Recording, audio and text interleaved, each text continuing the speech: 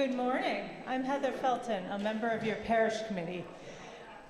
Up here this morning, decked out in brand new earrings and necklace, and this beautiful scarf that Jan sold me at the yard sale yesterday. Thank you for everyone who came.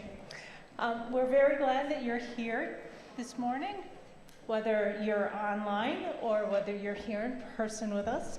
A very special welcome to everyone who is new today. Thank you for coming and joining our community this morning. Feel free to come and talk to any of us after the service if you have questions. Our mission is to build community, search for meaning, deepen our spirituality, and make a better world. To learn more about First Parish or Unitarian Universalism, please contact Kate Holland, Director of Lifespan Education and Engagement, or Reverend Stephanie. You can also visit uuwayland.org if you have any questions, suggestions, etc. Please feel free to reach out to someone in the parish committee, Kate or Stephanie. A very large thank you to everyone who is participating in our service this morning. Please note that Middlesex County currently has a low risk for COVID, so masks are optional. Please mask or not, as you prefer. Join me in a moment now to say hello to one another, and please include a wave to the front camera to those online. Good morning.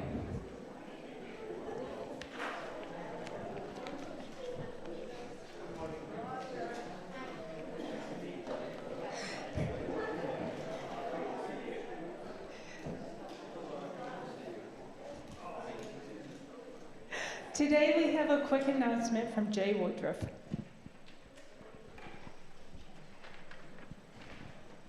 Good morning, everyone. You may have seen Nancy Fuel and Stephen Rogers handing out some small flags today, Juneteenth flags, and perhaps you wondered what it is all about.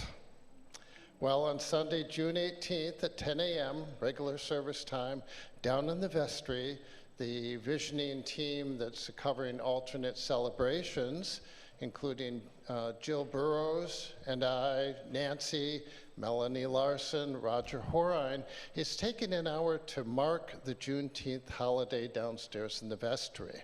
With help from the Lydia Mariah Childs Fund, we have purchased the flags you see today, as well as some big flags that will fly this year and every year on the First Parish lawn during that weekend. To understand why this holiday is as important to Wayland as it is anywhere else in the country, please join us for an hour on Sunday, June 18th at 10. And if you bring children along, we will have a fun art project for them that can be quickly completed within the hour we'll be together. We hope you will join in. And now, our service will begin.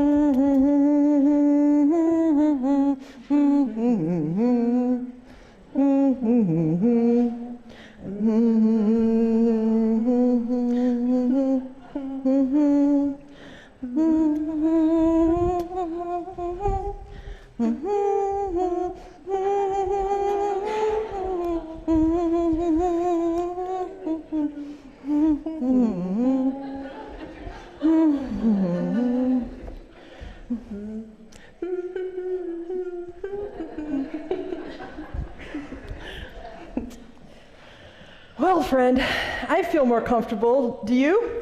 You know I love me some cozy camping clothes, especially on this really cold, gray day. Indeed, I know we both love camping where we can be outside, sometimes alone, sometimes with others. I'm glad that today you'll be sharing with us why you love camping. Maybe make some converts of the unconvinced? Maybe, but hopefully talking about camping will remind us all to know what recharges us, even if what renews us is different than our friends or family, coworkers, or minister. That is very you of you. Respecting the differences among us, including whether we love the Hilton or hard ground, running water, or counting a swim in the lake as a bath.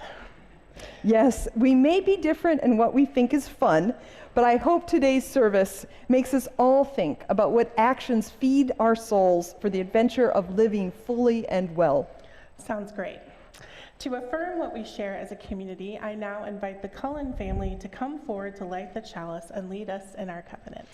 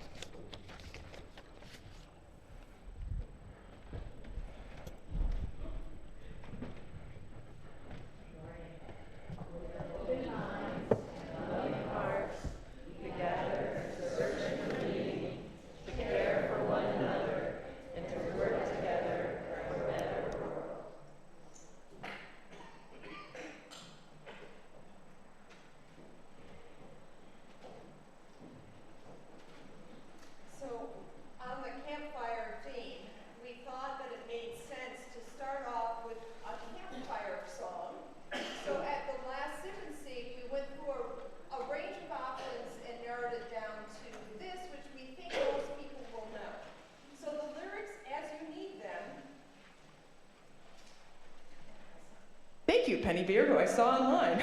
Tell the comments. That should be better. So campfire song, we think everyone should know this. The lyrics are in the order of service, and if you want them, and thanks to Ted for leading us on guitar.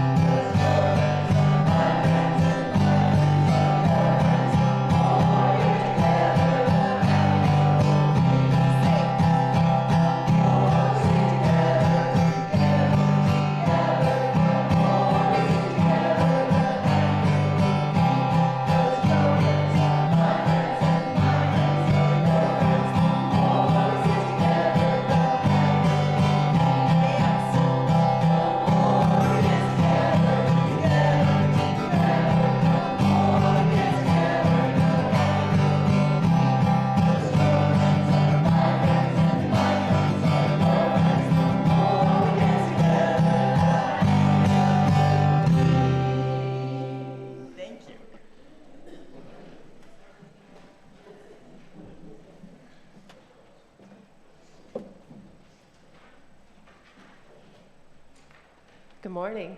Oh, is it on? Okay, just checking. So my name is Kate Holland. I use she, her pronouns, and I'm here to share a story with you. So this morning's story, I'm very happy to say, was written by our very own Laurel Whitehouse. She's given me wide liberty to kind of say it in my own words, but I will post on our social group the actual one so you can see how lovely Laurel wrote it, and you can nitpick and tell me about my inaccuracies. So this morning's story is about someone who is very important to Unitarian Universalists. And I think it'll become apparent as I go along what he has done for us and the tradition that he has left for us. So my story is about Norbert Čapek. And he was born 153 years ago. He grew up in what is now Czechoslovakia during World War I.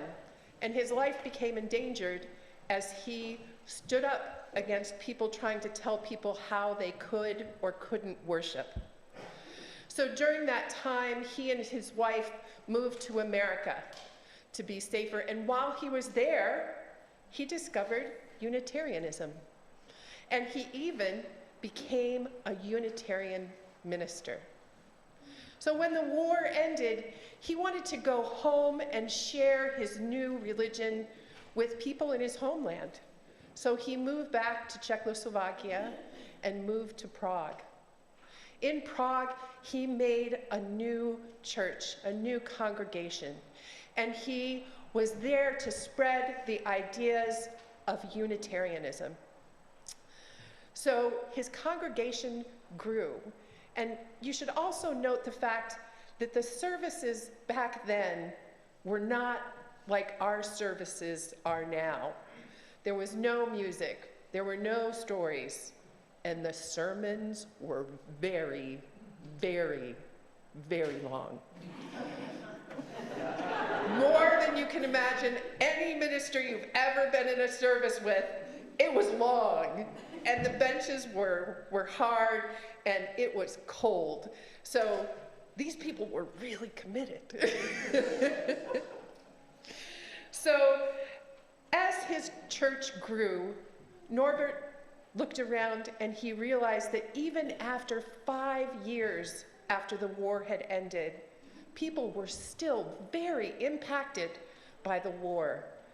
They were families that were broken up, businesses that had been ruined, and people were barely scraping by with enough money for the necessities that they had, and some of them were even going hungry a lot. So Norbert took time and saw these things, and he wanted to know how he could help his congregation. What's a way that he could bring them hope?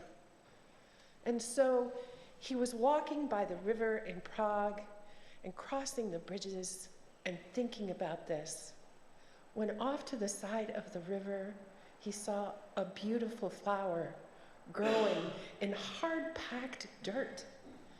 And he looked at it and he said, "Oh, it is so beautiful. And the bravery of that flower to grow where no other flowers are growing in such hard places of hard-packed dirt." It lifted his spirits.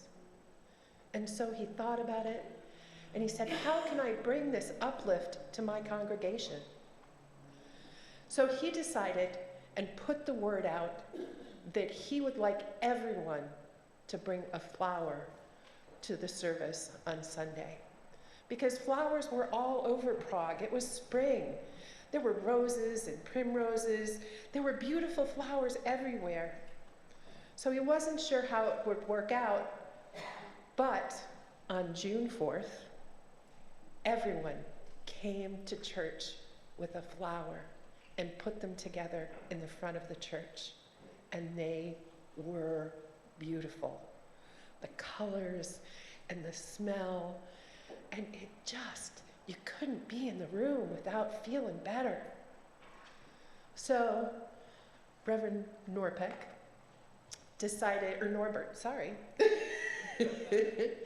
was very, very happy that he could find this one way to really help to bring hope to the congregation that he was building. So as you probably hopefully have figured out at this point, the tradition of Flower Sunday, which will not be this week, but will be next week, is one that Unitarian Universalists still hold. And it's always one of my favorite services. Sorry, Stephanie. So I hope next Sunday you'll be with us again, that you will bring a flower, and the flowers just hold such beauty, but they're all unique. Even if they're the same kind of daisy, there may be a petal that's missing, or it may have grown to a side. And I love that it holds that piece of us that is beautiful and unique, and that when we take one that's not ours, that we share that with one another and share our uniqueness together. So the time has come for all of you to help me by singing out our children. We are going to go to our Seek class downstairs, and thank you very much.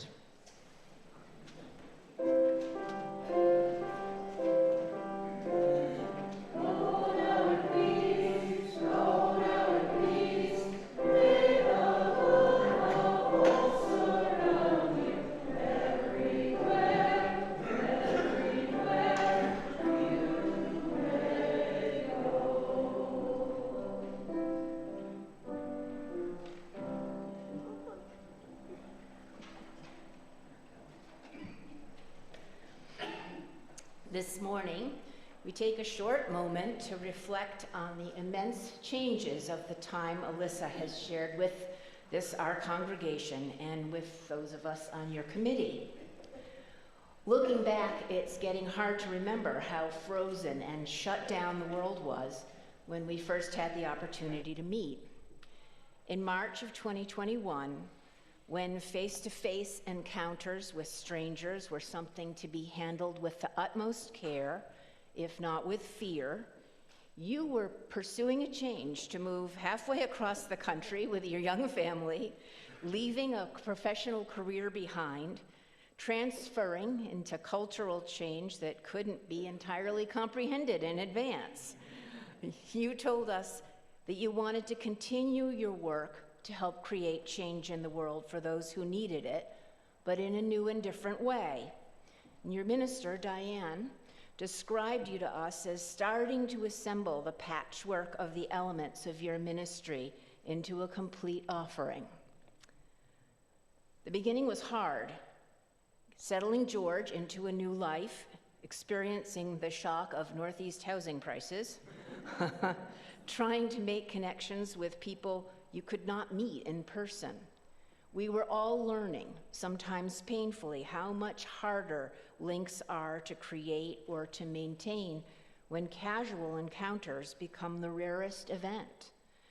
Giving your first service, your first sermons to a camera lens, rather than to whole people, meant none of the visual and fleeting feedback that helps build confidence and growth. But everything changes. And that frozen time began to thaw, and we all began to grow into new roles and new relationships. Your homilies and sermons and the readings you chose were sources of warmth and comfort for people, and you began to string the connections that are some of the warp and weft of the fabric of ministry that you are carefully weaving. You now know, much more clearly than before, how you hope to use your ministry to help others who look to you for insight or for guidance or for compassion. The encouragement and appreciation that we've shared with you, flowing in both directions, are firm foundations for your future ministry. When you look back on the changeful times we've shared and the sense of coming into your own that has especially characterized the last few months, we hope you'll remember your time with us as one of growth and opening and an accomplished beginning to your new path.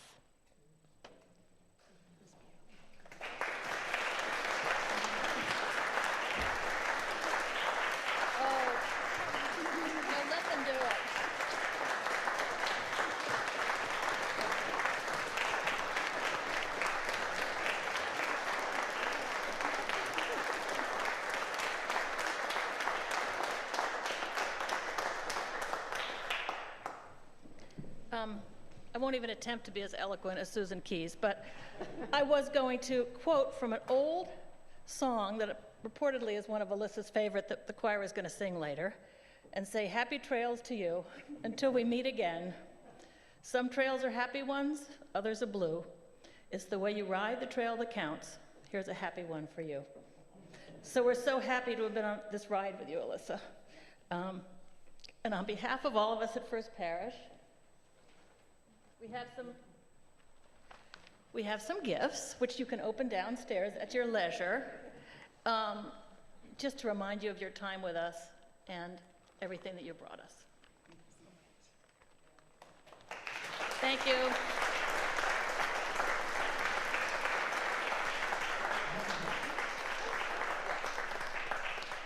I'll leave them here.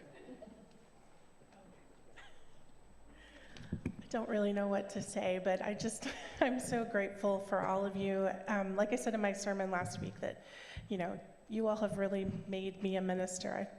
I really was unsure about all of this before I got here, and meeting all of you, and really, you all trained me into being a minister, and I'm just so grateful, and I will never forget you, and the many, many lessons that I've learned here. And so I just thank you so much, and thank you for welcoming me and my family, and really taking me in. And, people in Massachusetts are much nicer than the rest of the country presumes. And I got a lot of comments before I moved here from people who were from the East saying, oh, they're gonna think you're like an alien. They're gonna be so mean to you.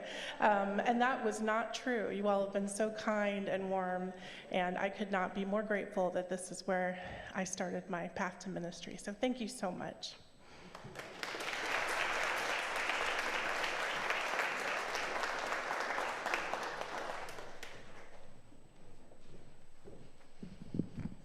It's been such a joy to work with you and to see your growth, Alyssa, over this time, and you are so ready to go minister. Our hymn is, I've got Peace Like a River. We're going to sing just the first 3 verses, 1 through 3, peace, joy, and love. Please rise in body or in spirit as we sing.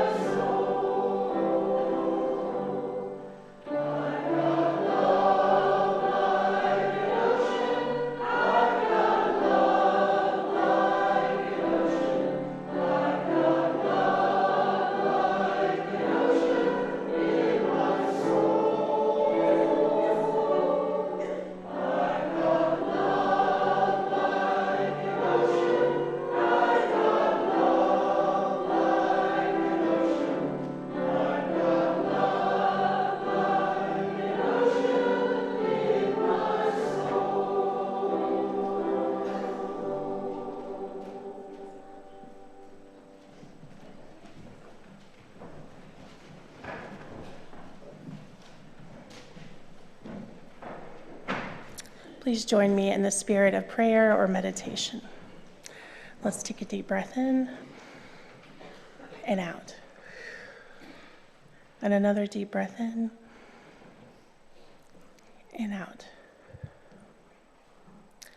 Spirit of love and connection to one another. For many of us, this is a time of endings and goodbyes. The church year is soon drawing to a close. Many of our children and grandchildren are graduating from high school or college.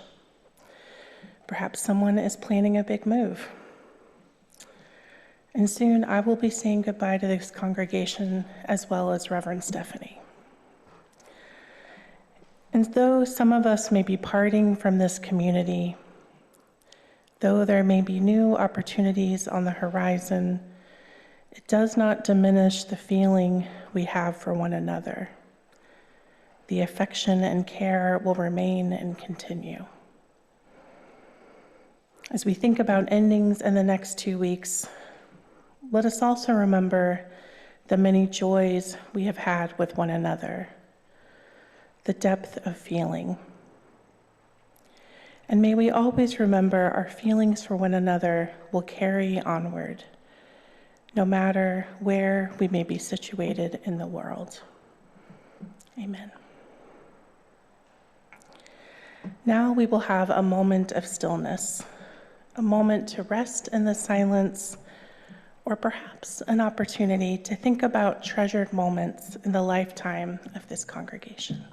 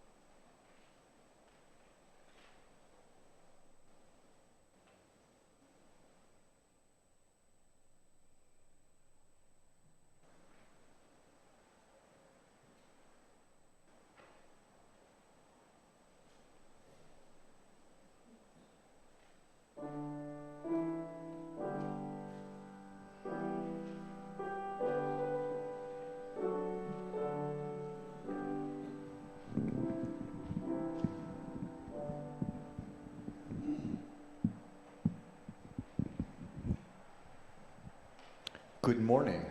My name is Eric Felton. I am a lay minister of this congregation. This is the time in our service that we set aside to share our joys and sorrows. In both our sharing and in the support given by our witness, we affirm our covenant to care for one another. To begin, I will light a candle of sorrow for the recent victims of the train collision in India that has taken over 280 lives. I will also light a candle of joy for yesterday's yard sale. We are grateful for the volunteers who spent hours planning, sifting through donations, and volunteering their time at the yard sale, and suffering through a non-June day.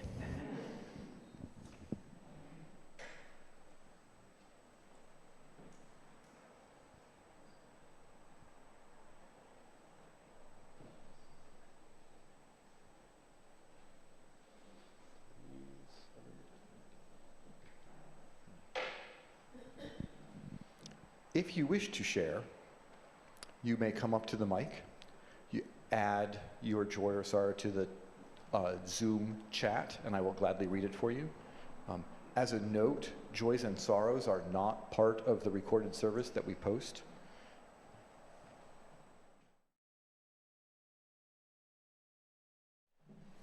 Hello, good morning. I'm Joel Angelillo, one of the members of the steering committee of the Metro West Climate Solution. Back 4 years ago, almost to the day, a group of us after the service met downstairs to talk about the sermon of that day on interdependent web of life, and we thought it would be an interesting idea to start a talk series on climate issues. We wanted the talk series to be about practical information people could take to try to ameliorate the the climate issues at that time. We wanted experts to be able to inform and inspire us. From the beginning, we partnered with two other area churches, First Parish of Weston and First Parish of Lincoln. Soon afterwards, Sustainable Weston Action Group and Energized Wayland came on board as well. Since then, we've hosted some 30 talks about climate issues, from heat pumps to sustainable gardening, invited in Michael Barrett, Alice Peisch to talk to us, wind farms, just a number of interesting talks. In fact, this Tuesday evening, we're having a hybrid meeting with Reverend Mariana White Hammond, who is Boston's chief environment and energy maven there down the street in Boston, and she's going to be talking about cities and suburbs working together to face climate issues. That's going to be at First Parish in Weston that time, and also hybrid, as I said. We also have a monthly newsletter where we distribute information about climate issues. So why am I here today to share the plate? Without question, we have disrupted the natural cycles on this earth. There's a lot more we could do. Certainly, if nothing else, we have made camping in the great outdoors more challenging for all of us. So we want to do more. We want to up our game. Publicity, honorariums cost money. We want to reach more people. Every dollar you contribute will go to amplifying our programming. So you may give online at uuwayland.org/donate or in person as the ushers pass the box. Please write any checks to First Parish and in the note put Climate Solutions. Our offering will now be gratefully received.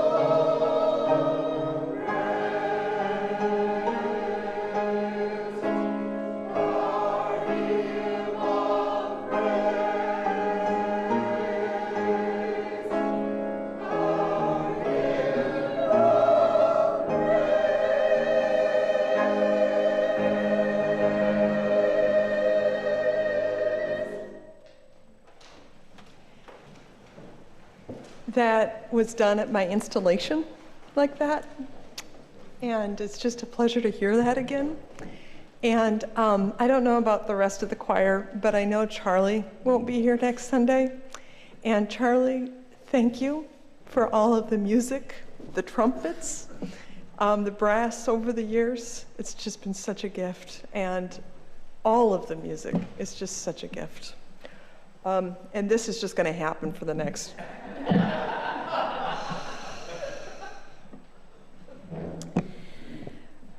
Before I leave this community, I have heard there is a burning question some of you have.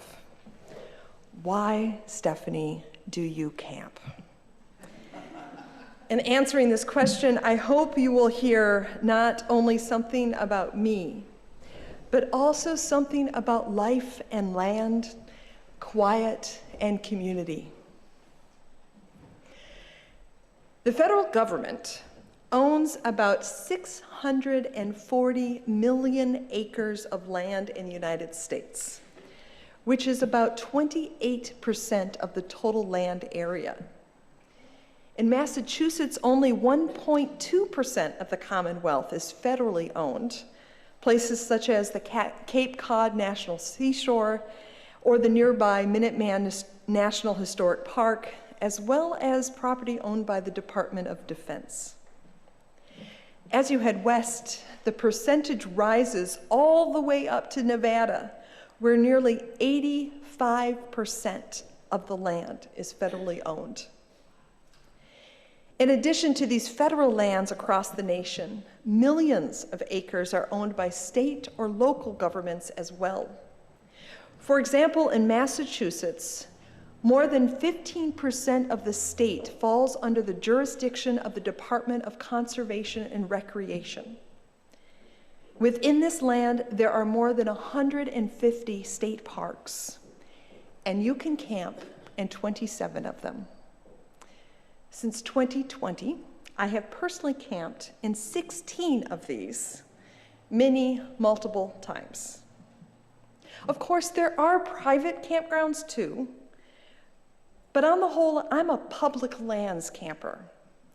Unless I'm in need of a very particular campsite, like the KOA outside Greensboro, North Carolina, when I visited the Woolworth's lunch counter sit-ins the next day. For me, camping and public lands are largely interwoven as part of the experience. When I camp, I seek to experience a wealth we own together, a wealth of land, of beauty, of spaces that cannot be reduced to one private owner. When I am not the owner of the land, my relationship to the space shifts. I am a visitor receiving the gifts of this one site for a night or 3. I am transient within a park that is often decades old, among trees whose rings count to a century, and upon rock and soil formations dating to the last ice age. Camping does not just connect one to nature. Camping connects one to an expansive sense of time. The ways that time shifts when camping is part of what I find restorative about it. At home, the tasks seem endless. There is always something that needs to be cleaned, organized, fixed, weeded, or watered. But when I camp, the number and scale of tasks shrinks way down. Suddenly making dinner is not something you have to quickly do between emails and a Zoom meeting. Rather, making dinner is the event. Start the fire and sit. Wait for the flames, for the coals to glow. Rise to chop some vegetables, prep the protein, and then start adding them to the cast iron pot to cook. Slowly, carefully. Checking to stir once in a while as you continue to sit beneath a canopy of sky or forest. Perhaps birds flit by. I might check the app on my phone to find out the name of the bird. Sometimes in Maine, I see an eagle. I'm going to take that too.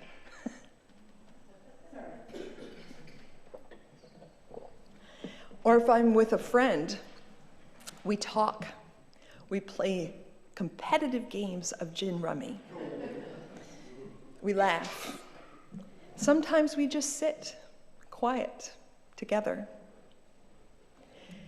This is not to say that I do not also text friends or scroll through Facebook if I have a signal on my phone. Sometimes I've even been known to watch a video I've downloaded on my iPad, using headphones, of course, to not annoy the neighbors, human or otherwise. So I'm not a tech-free purist. And yes, of course, I have also spent many hours in campsites reading. But whatever it is that I'm doing, the container of time in which I'm living feels more spacious, less harried. It feels as if there is enough time and space in which to move and be. It feels simpler, balanced. Slowing down to a simpler, balanced pace restores me. As I have preached about, one of my concerns about how we live today is the ever-pressing demands of the attention economy in which we live. The endless streams of media intersect with age-old networks of family, friends, and neighbors to generate multitudes of possibilities and expectations for what to do that exceed our capacities. Because we cannot, in fact, do it all, the competition for our attention is fierce and constant. For me, going camping is one way I've found to turn down all that noise. And yet, I admit camping takes energy too. There is the planning and packing, the travel and the setup. With experience, many campers find out their own system for these activities as they figure out just what you do and do not need along the way. For example, making a cup of coffee can be as simple as boiling water and adding one of those little Starbucks instant coffee packets. And some of us own a hand-operated burr grinder to create the perfect cup of pour-over coffee. And maybe sometimes even use our mini whisk to froth some milk. Or if we feel like tea, use our digital thermometer to make sure it's just the right temperature for green tea. And it doubles as a meat thermometer. Yes, sometimes you do have to walk a bit to get to the bathroom, where the cleanliness levels can vary. And it's just a given that you will never find a bug-free bathroom at a campsite. One just hopes the biggest and hairiest bugs are not, in fact, lurking in the shower stalls. Pro tip, bring shower sandals if you go camping. And yet there is also a special magic to those campground bathrooms.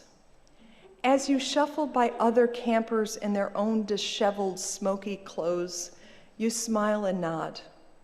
Sometimes you might chat about the weather or where you're coming from or headed to. There is a sense of shared experience that sheds layers of pretense found in swankier places. We proudly brush our teeth side by side without makeup, with sunburn or bug bites. And we know that we have both chosen to be here in this simplified way of being. Then, like making dinner, walking back to the campsite is the event. Simply being amidst the trees and the other campers is all there is. Despite such positive connections with neighbors, one of the most frequent concerns people express to me about camping is not wildlife, but other humans. Aren't I afraid? When I moved from tent camping to my little trailer, my mom was relieved. Oh, good, now you have a lock. And yet, in the 30 years I have been solo camping, only once did I have a neighbor that gave me pause.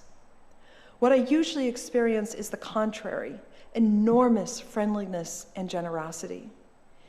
In my 20s, I was camping alone and struggling to get a fire started.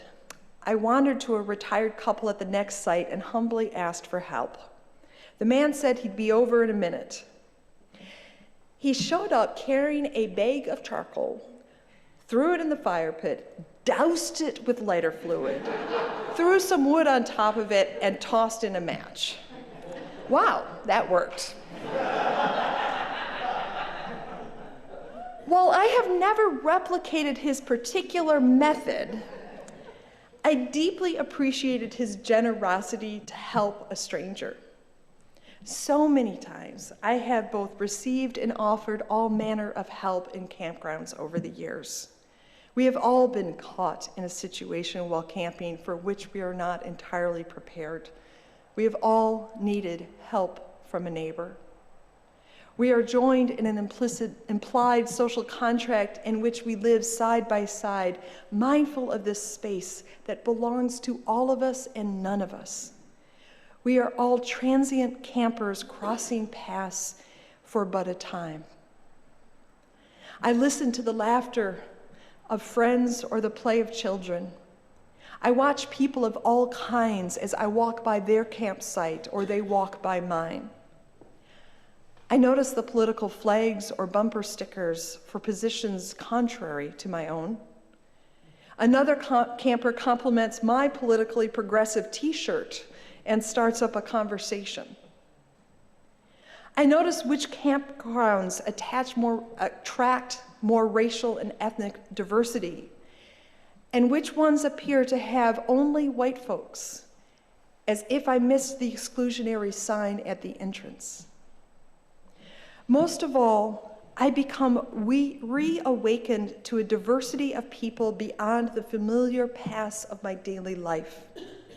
I pause to consider anew questions of what connects us and what divides us. I wonder who does and does not have access to this experience of camping on public land. Camping is not for everyone. On the one hand, some people will just always prefer their Hiltons or their familiar home. On the other hand, some people will not feel safe in a majority white space with shared bathrooms, no locks, and political signs that signal risk, if not outright racism.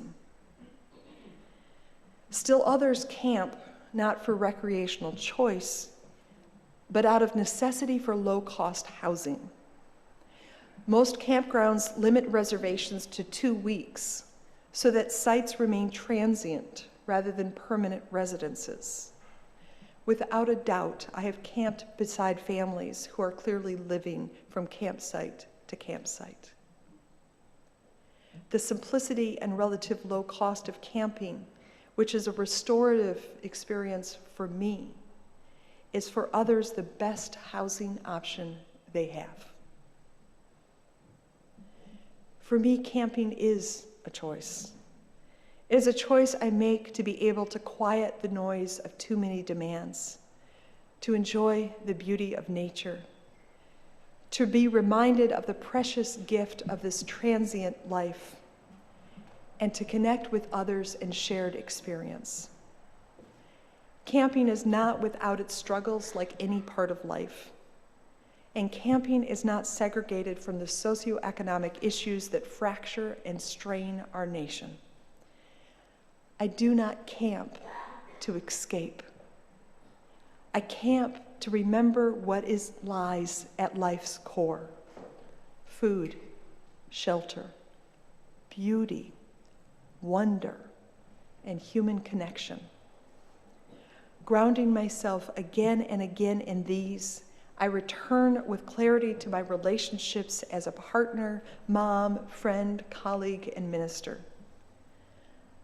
My life's work at its core is to promote the flourishing of life, a life I often experience in abundance when I've gone camping. Blessed be. And now a classic song as we prepare to continue on our journey. Please rise in body or in spirit for the choral response.